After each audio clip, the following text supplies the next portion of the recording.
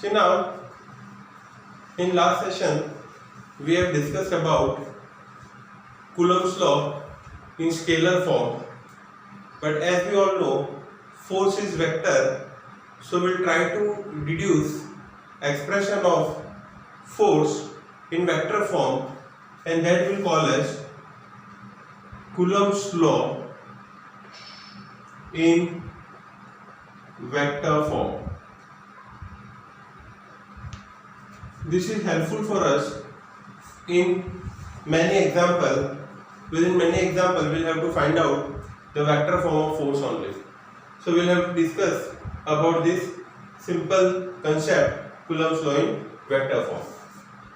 Now suppose that the two charges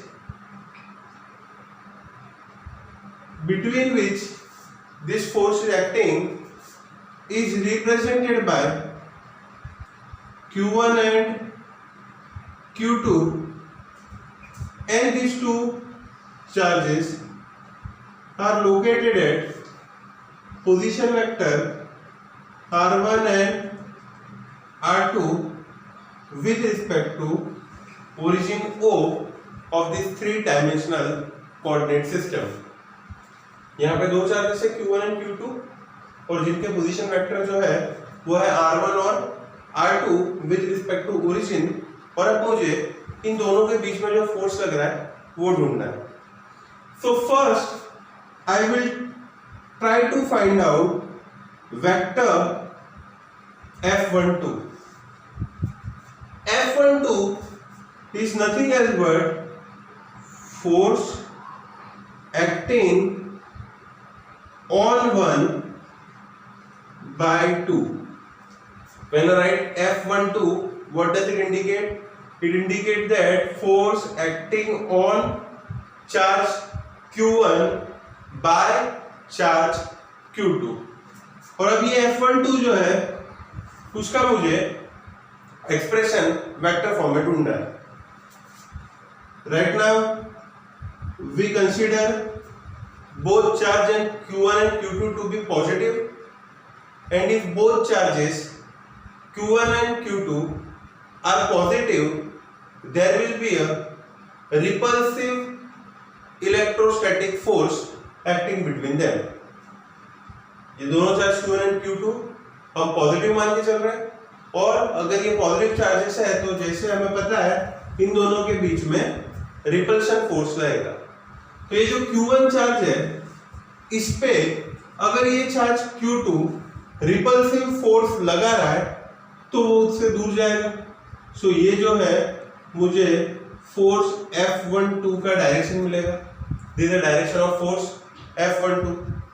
और Q1 और Q2 के बीच का जो डिस्टेंस है वो हमें कैसे मिलेगा, तो उसको भी मैं एक वेक्टर से रिप्रेजेंट करता हूं.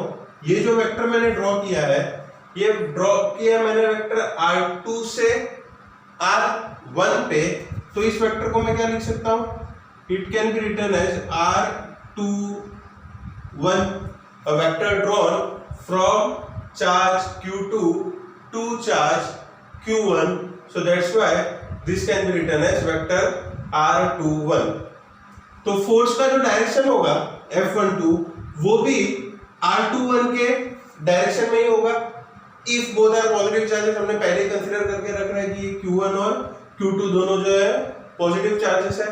तो F12 जो फोर्स है उसका एक्सप्रेशन कैसे हमें मिलेगा?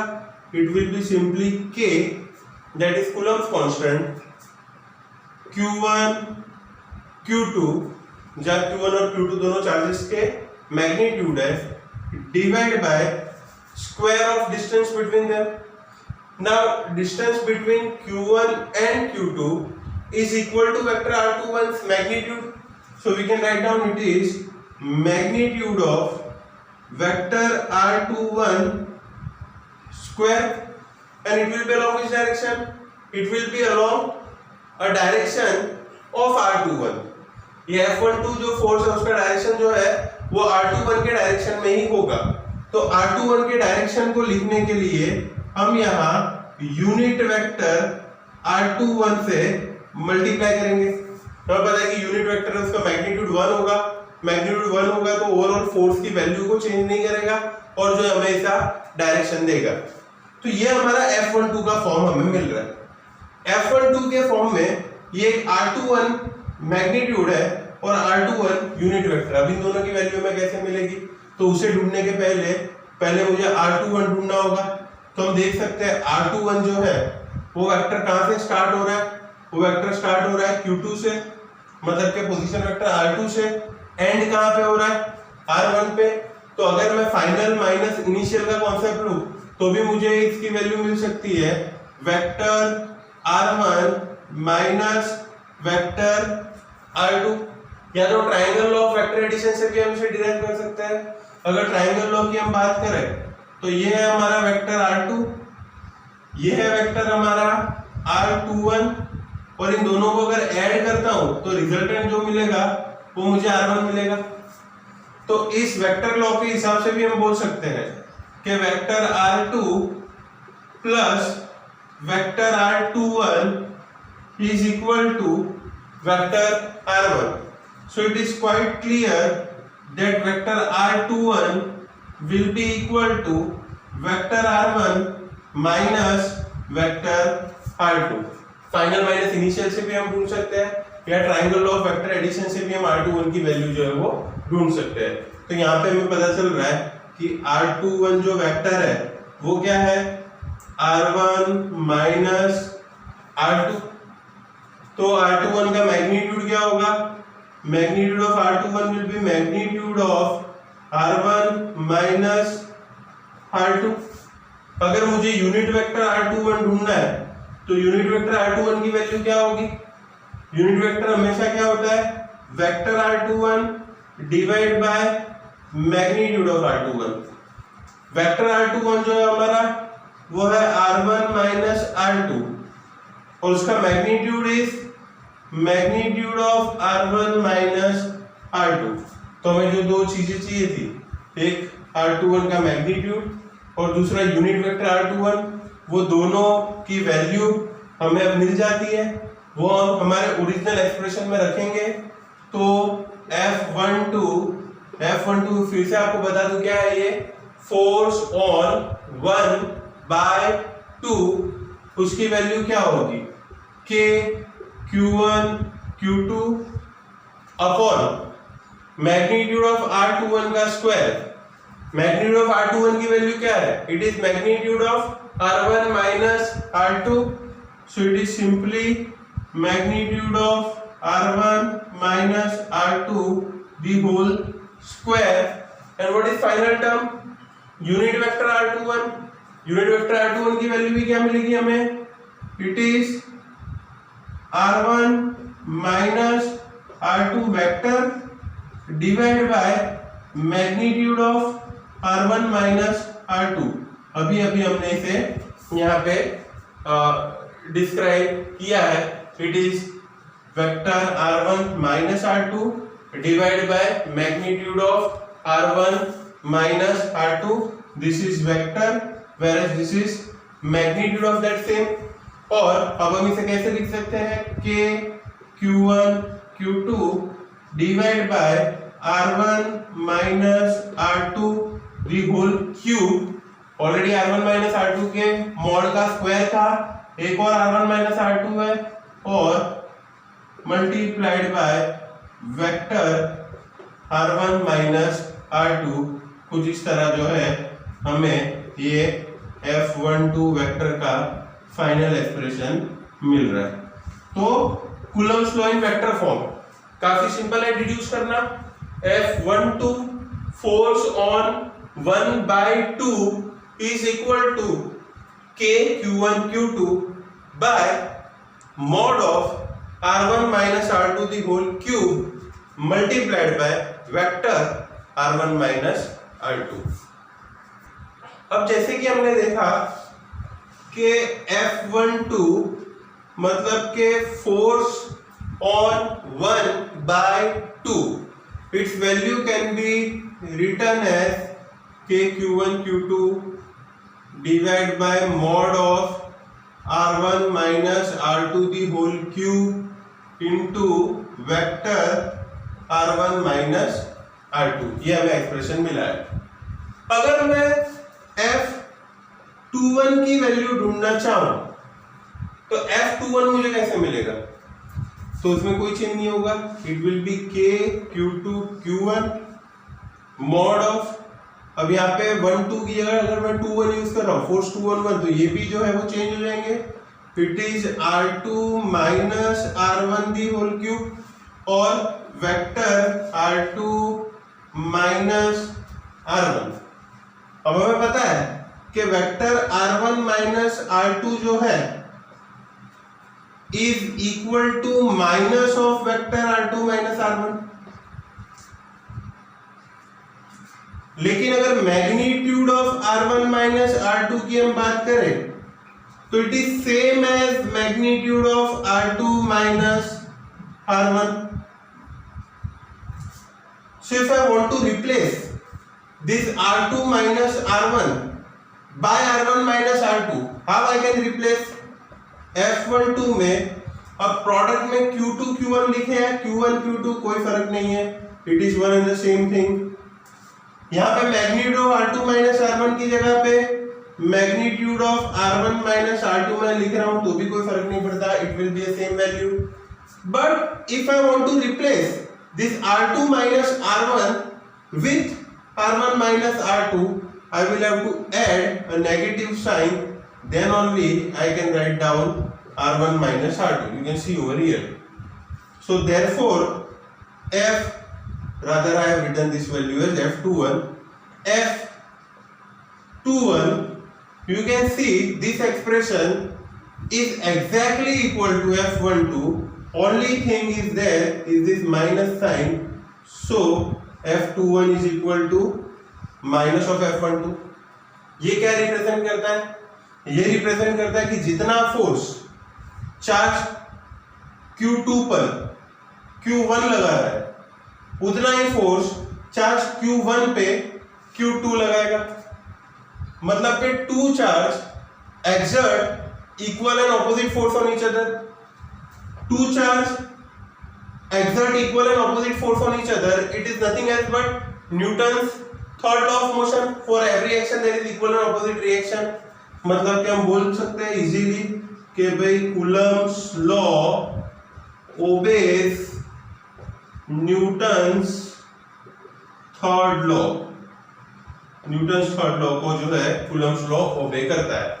एक बार वापस से देख लीजिए कि अगर मेरे पास दो चार्जेस है, एक चार्ज Q1 दूसरा चार्ज Q2 और वो दोनों के पोजीशन वेक्टर अगर मैं वेक्टर R1 और वेक्टर R2 लिख रहा हूं तो इसमें F12 फोर्स वो इस तरफ होगा, this is F12 and this is the value of what F21. You can say that they are equal and opposite force. This is when this is a pair of like charges. मतलब कि या तो दोनों positive है या तो दोनों negative है, तब ये जो है रिपल्सिव फोर्स लगेगा।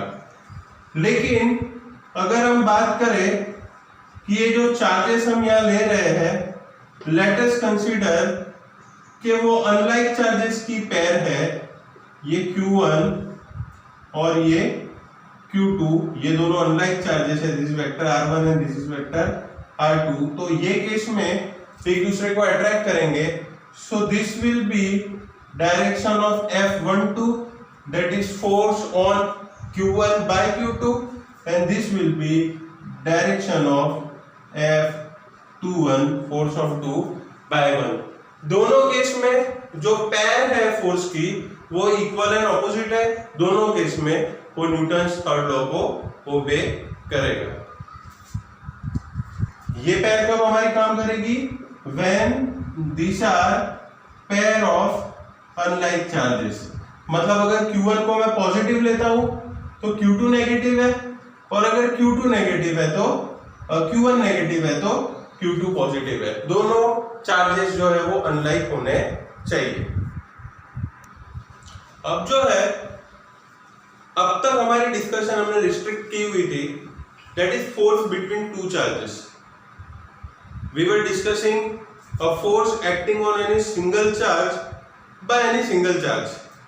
Suppose that there is a system of charges, there are n number of charges, बहुत ज़्यादा चार्जेस है हमारे सिस्टम में, और उस सिस्टम में से किसी एक चार्ज के ऊपर जो नेट फोर्स लग रहा है अगर हमें ढूंढना है तो हम कैसे ढूंढ सकेंगे? सो अब हमारा जो टॉपिक है वो है force between multiple charges. We actually want to find out force on a single charge due to multiple charges. तो वो हमें कैसे मिलेगा? तो उसके लिए हमें दो चीजों का यूज करना है. एक तो हमें यूज करना है सुपरपोजिशन प्रिंसिपल का. ये सुपरपोजिशन प्रिंसिपल हमें क्या बताता है? काफी इंपॉर्टेंट चीज है ये बता रहा है कि force between any two charges is unaffected by presence of third charge. देखिए काफी ये इंटरेस्टिंग है principle, superposition principle. It states that force between any two charges is unaffected by presence of third charge. चलो यहां पे ध्यान दो. मान लो कि यहां पे मैं एक चार्ज ले रहा हूं Q1 और इसके नजदीक में यहां पे एक चार्ज है Q2. तो Q1 और Q2 के बीच में जो फोर्स लगेगा दोनों पॉजिटिव है, तो ये फोर्स होगा हमारा vector F12. This represent what? Force acting on Q1 by Q2. अगर मैं यहां पे ये सिस्टम में एक और चार्ज रख देता हूं Q3, तो क्या होगा? अगर ये Q3 नहीं है तो भी F12 की वैल्यू हम यही दिखाएंगे. लेकिन अगर ये Q3 सिस्टम में आ जाता है फिर भी F12 का जो एक्सप्रेशन है वो चेंज नहीं होगा. काफी इंपॉर्टेंट रूल है ये कि अगर हम किसी दो चार्ज के बीच के इंटरेक्शन की बात करते हैं तो ये इंटरेक्शन, ये फोर्स की वैल्यू किसी थर्ड चार्ज के प्रेजेंट होने से चेंज नहीं होगी. मान लो ये Q3 भी पॉजिटिव है तो हमें पता है कि ये फोर्स जो लगेगा वो F13 होगा, ये फोर्स लगेगा. लेकिन ये फोर्स के वजह से F12 में कोई चेंज नहीं आएगा. हाँ, अब हम Q1 पे नेट फोर्स अगर ढूंढना चाहे तो इन दोनों फोर्स का हम वेक्टर एडिशन लेंगे. लेकिन जो हमारा बेसिक एक्सप्रेशन है F12 या F13 का, वो बेसिक एक्सप्रेशन चेंज नहीं होता. तो सुपरपोजिशन प्रिंसिपल समझ लीजिए. The force between any to charge is unaffected by presence of third charge. देखिए सुपरपोजिशन प्रिंसिपल हमें समझ में आ गया कि अगर हम किसी दो चार्ज के बीच में अगर फोर्स ढूंढना चाहे तो तीसरे चार्ज की प्रेजेंस की उसके ऊपर कोई असर नहीं होगी. और अब मैं n चार्जेस के सिस्टम में किसी एक चार्ज पे अगर नेट फोर्स ढूंढना चाहूं तो मैं कैसे ढूंढूंगा? उसके लिए मैं क्या लिख सकता हूं कि electric force on any one charge due to system of charges is given by vector sum of forces due to individual charges. Electric force on any one charge due to system of charges. किसी एक charge पे अगर मुझे net force ढूंढना है तो मैं कैसे ढूंढ पाऊंगा? So it is given as vector sum of forces due to individual charges. मतलब कि मान लो हमारे पास ये जो सिस्टम है इसमें बहुत सारे चार्ज है, Q1 भी है, Q2 भी है, Q3 भी है और बहुत सारे, मान लो कि यहाँ पे ये एक और चार्ज Qn भी है। इस तरह बहुत सारे चार्जेस है हमारे पास। We have this multiple charge system with us, with each charge having say position vector which is given as r1, r2, r3 and rn। और मुझे इसमें से इस चार्ज Q1 पे अगर नेट फोर्स ढूंढना है कि भाई Q1 पे टोटल फोर्स क्या आएगा, ये मुझे ढूंढना है, तो कैसे ढूंढ पाऊंगा मैं? पहले मुझे Q1 पे ये जो Q2 से फोर्स लगेगा वो ढूंढना होगा, F12। ये Q1 पे Q3 से जो फोर्स लगेगा वो भी ढूंढना होगा, दैट विल बी F13। हम मान रहे सारे पॉजिटिव चार्ज का सिस्टम। Q1 पे Qn से जो चार्ज है वो भी ढूंढना पड़ेगा, F1n। और ये सारे जो वेक्टर्स होंगे F12, 13, 14 अप टू 1n, उनका जब मैं वेक्टर एडिशन करूंगा तब मुझे नेट फोर्स मिलेगा। तो बेसिकली नेट फोर्स F1 किसी एक चार्ज पे अगर मैं ढूंढना चाहूं तो मुझे कैसे मिलेगा? It is F12 plus F13 F14 likewise F1n। मैं चार्ज Q1 पे बाकी सारे चार्जेस के वजह से जो फोर्स लग रहा है उनकी इंडिविजुअल वैल्यूज ढूंढूंगा and then we will add all of them, we'll make vector addition of all those forces to get a net force F1। अब F12 की वैल्यू क्या थी हमारी? It is K Q1 Q2 mod of R1 minus R2 the whole cube vector R1 minus R2। उसी तरह मुझे F13 की value क्या मिलेगी? K Q1 Q3 R1 minus R3 the whole cube vector R1 minus R3। Finally सीधा हम देखते हैं F1n क्या होगा? K Q1 Qn mod of R1 minus Rn the whole cube vector R1 minus Rn। So from here we can write down it as summation of I from 2 to n K Q1 Qi mod of R1 minus Ri the whole cube into vector R1 minus Ri। इस तरीके से मुझे force F1 की value मिलेगी। Summation का मतलब क्या है? हम पहले ही पता है, इसे यूज कर चुके 11th में भी। तो यहाँ पे I की वैल्यू पहले मैं 2 रखूंगा, फिर प्लस नेक्स्ट टर्म में I की वैल्यू 3 होगी। ऐसे करते करते हमें कहां तक जाना है? I की वैल्यू n तक। लेकिन मान लो कि किसी फर्स्ट चार्ज पे नहीं, मैं सेकेंड या थर्ड या फोर्थ या फिफ्थ कोई J नंबर के चार्ज पे नेट फोर्स ढूंढना चाहता हूं, तो मुझे जो एक्सप्रेशन ढूंढना है वो है Fj। Fj की वैल्यू क्या आएगी? उसी तरह हमें समेशन का यूज करना होगा, लेकिन अब आई 1 से n यूज करेंगे। K Qj Qi mod of vector Rj minus Ri whole cube vector Rj minus Ri। सिर्फ एक टर्म यहाँ नहीं होगा, I will not be equal to J। Charge खुद अपने ऊपर फोर्स नहीं लगाएगा, और वैसे भी अगर यूज भी करोगे तो Rj माइनस Rj जो है वो 0 होगा, तो वो टर्म ऑटोमेटिक 0 होगा।